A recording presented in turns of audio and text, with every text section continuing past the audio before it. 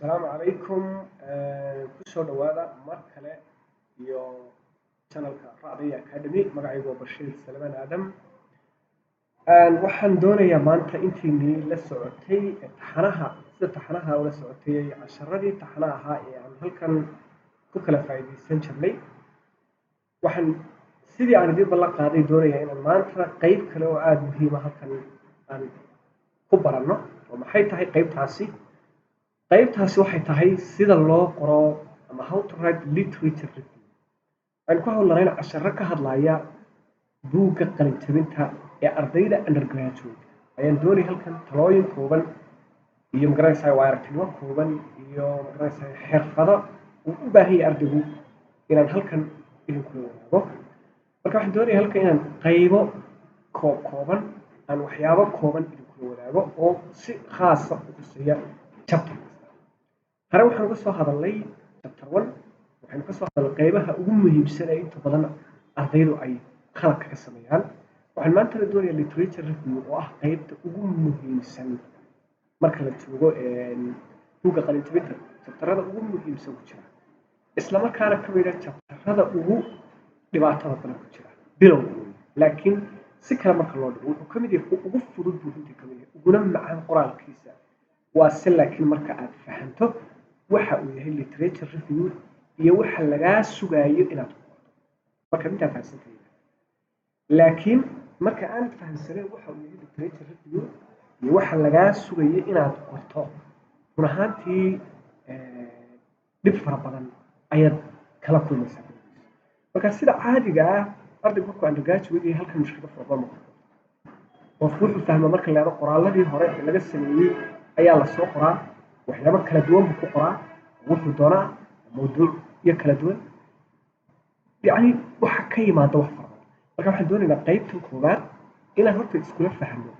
waa maxay literature review maxaa laga wadaa maxaa laga wadaa literature review horta waxa weeyaan sida halkan definitionada kaaga muuqata waxa weeyaan waa survey baa la yiraahdaa survey macnaheedu waxa weeyaan yani waa dib si kala hadlno waa review ama waa examination ama waa investigation yani waa dib u baaris ama waa dib ugu noqosho oo macnaheedu yahay inaad dib ugu noqoto everything laga qoray particular topic yani topic-ga aad haysataa waa topic specific ku ah meel gaara objectives gaara leh scope gaara leh sidaa daraaddeed waxaan dib ugu noqonayaa wixii laga qoray topic-gan aad haysato ayaan dib eegis ku sameynaya yani cilmi baaris sidii laga qoray marka really marka laga hadlayo everything maaha si marka dhinac laga eego si kale marka loo eego way noqonaysaa everything yani wax weyn everything academically important ah ayaa dib ugu noqonaysaa oo topic-ga la qoray waxyaabahaas oo ah theory noqon kara research questions ama research la daabacay noqon kara ayaa dib ugu noqonaysaa oo aad dib u soo akhriysaa meeshana aad qoraysaa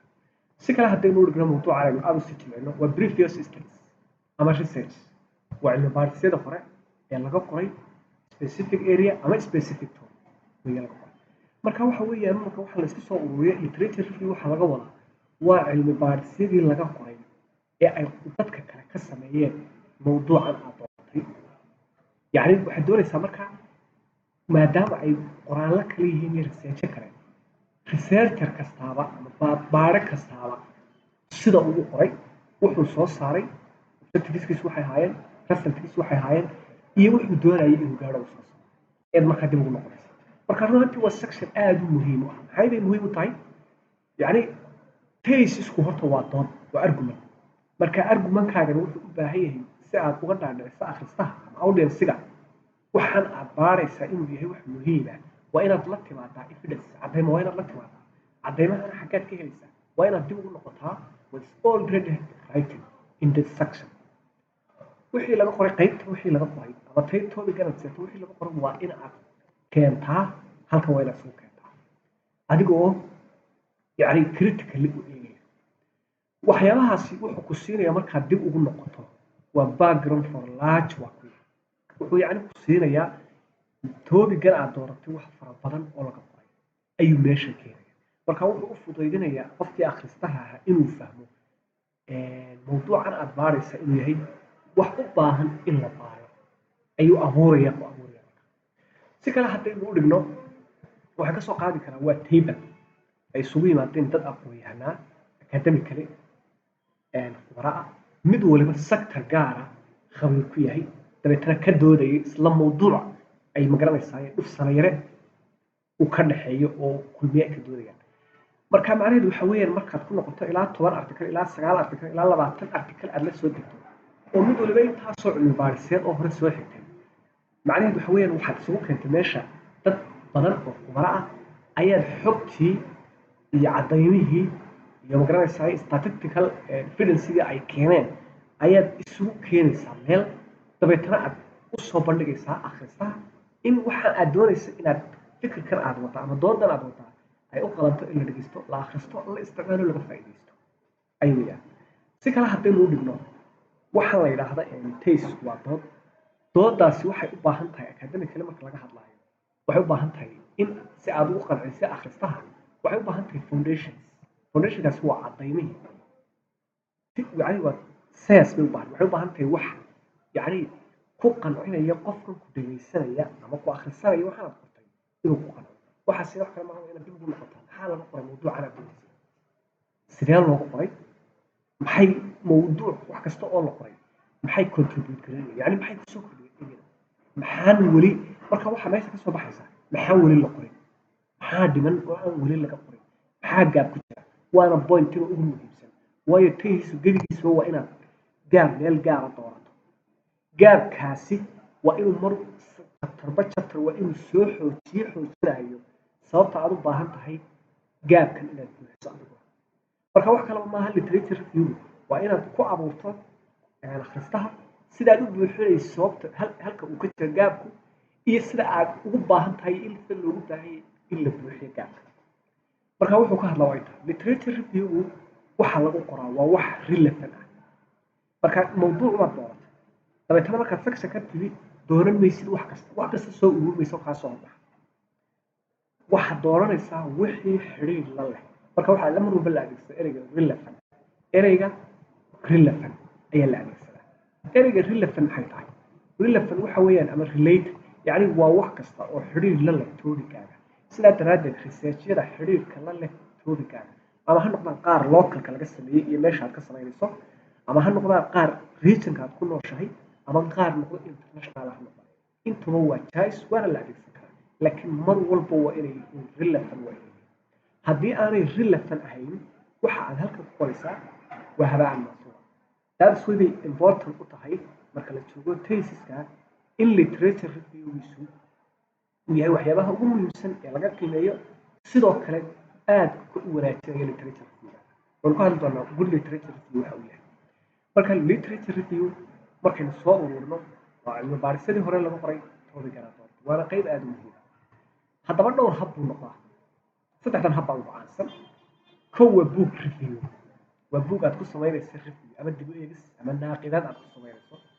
buugga markaad review ku samaynaysa ama naaqidaad maxaad eegaysaa yani buuggii baad akhriyey analyzation baad ku samayn evaluation baad ku samayn dhammaan qaybihiisa bit by bit baad eegi ama sectiono gaara baad eegi adigu hadba waxay ku xidhan tahay objectiveskaaga aad buuggan u eegaysa marka book review badana markuu buug iska caadiya oo magaranaysaa muxuu ka hadlay ama taariikh ama suugaan ka hadlaya ayaad eegi buugga waxaad ama soo saaraysaa fikirkan uu sida ceebaalka ay leedahay wanaagga ay leedahay waxyaabaha u baahan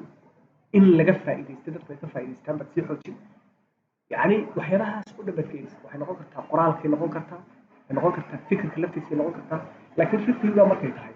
macnaheedu ma aha dib ugu noqon maysid qofkii qoray shakhsiyadiisa ma eegis kaliya waxaad awoodda saaraysaa oo aad review ku samaynaysaa waa wixii uu qoray marihii ka soo baxay ayuu baad eegaysaa si cilmiyaysa kan kale waxaa la yidhaha annotated bibliography baa la yidhaha ama explained bibliography maxay tahay haddaba waxaan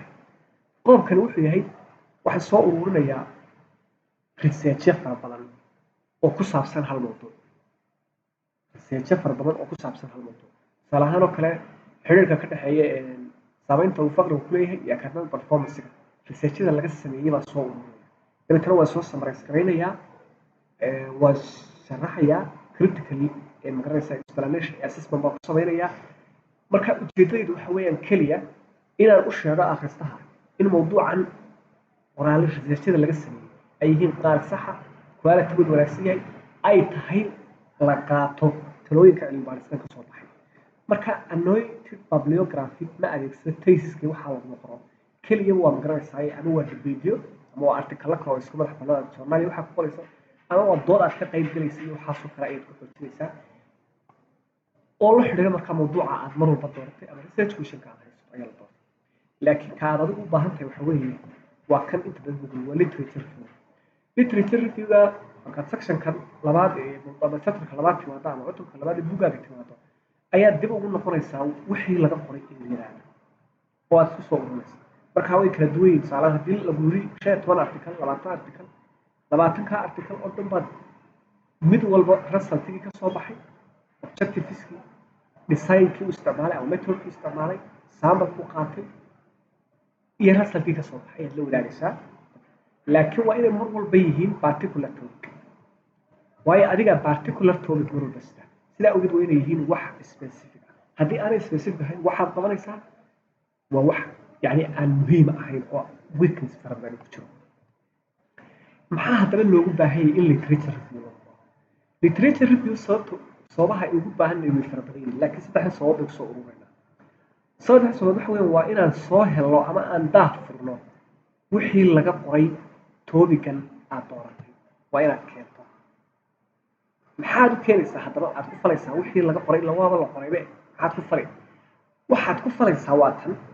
waa in aan soo determine garayno ama aan soo helno oo aan u sheegno akhristaha research-da kale ee la qoray aan soo helay yani contribution-kooda waxay ku soo kordhiyeen area-da waxay topic-gan ku soo kordhiyeen waa inaan soo bandhigo markaad soo hesho waxaad la wadaagaysaa reader-kii iyo audience-gii waxay research-yadani ku soo kordhiyeen field-ka ayaad ugu sheegaysaa meesha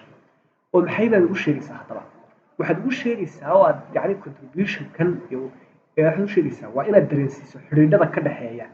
contributions kala duwan waxaa laga yaabaa 10 research ee topic khuseeya inay hal mawduuc ka wada hadlayaan laakiin mid waliba uu angle ka eegay ama si uu eegay marka waxaad eegaysaa qof sameeyaa ka dhaxeeya waxyaabaha ay soo saareen ayaad identification ku samaynaysaa suurtagal tahay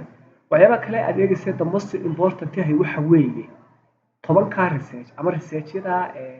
hore looga sameeyay area-dani weli waxyaabaha contradiction ku jira waxyaabaha aan yani xalkooda si rasmi loo gaarin ama khilaafka ku jira ama muranka ku jira ama si rasmi aan research-yadu iyo cilmi baadhisyada kala duwan aanay ugu guuleysan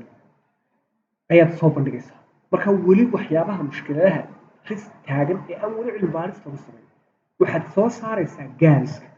waxaad keenaysaa waxyaabaha aan weli aan xal loo helin وانا the most important واي research كلا soo heshay waxay soo contribute baad soo heshay waxyaabaha kala duwan baad soo urusay dabeetana gaabkaad keenaysaa halkani waa meesha ugu muhiimsan ee uu ku dareemo readerku inuu gaab jiro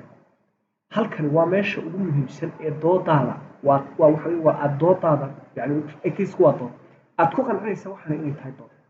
marka waa meesha aad gaabka ku abuurayso gaabkana waa meesha aad u baahantahay inaad u buuxiso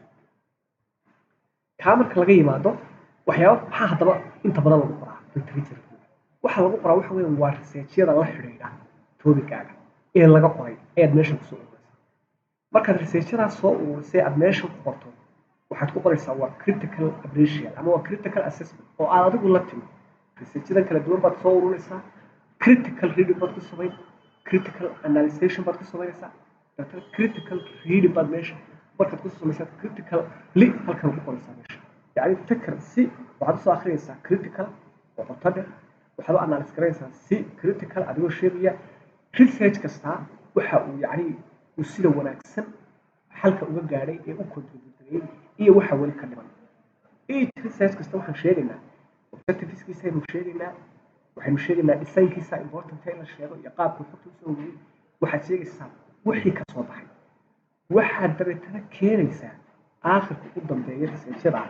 weli waxa aanay yani baarin ama weli waxa qabyada ah waana qabyadaasi ama gaabkaasi waa halkaad u baahantahay inaad buuxiso marka waxaasaad adigu waxaad ku samaynaysaa qoraal oo ah halka lagu qoraa oo adigoo u sharaxaya waxa aad markaad baaritaan ku samaysay research-yada kala duwan waxaad soo ogaatay dabeetana waa inuu kaa dareemaa akhristihii gaabka jira waa inuu markaa helaa inuu meeshan gaabka jiro marka processka inta waa inaad soo heshaa horta researchadii hore researchada hore waad akhriyaysaa waad isku soo summarize garaynaysaa qaab critical dabeetana qoraal baad ku samaynaysaa midna la soco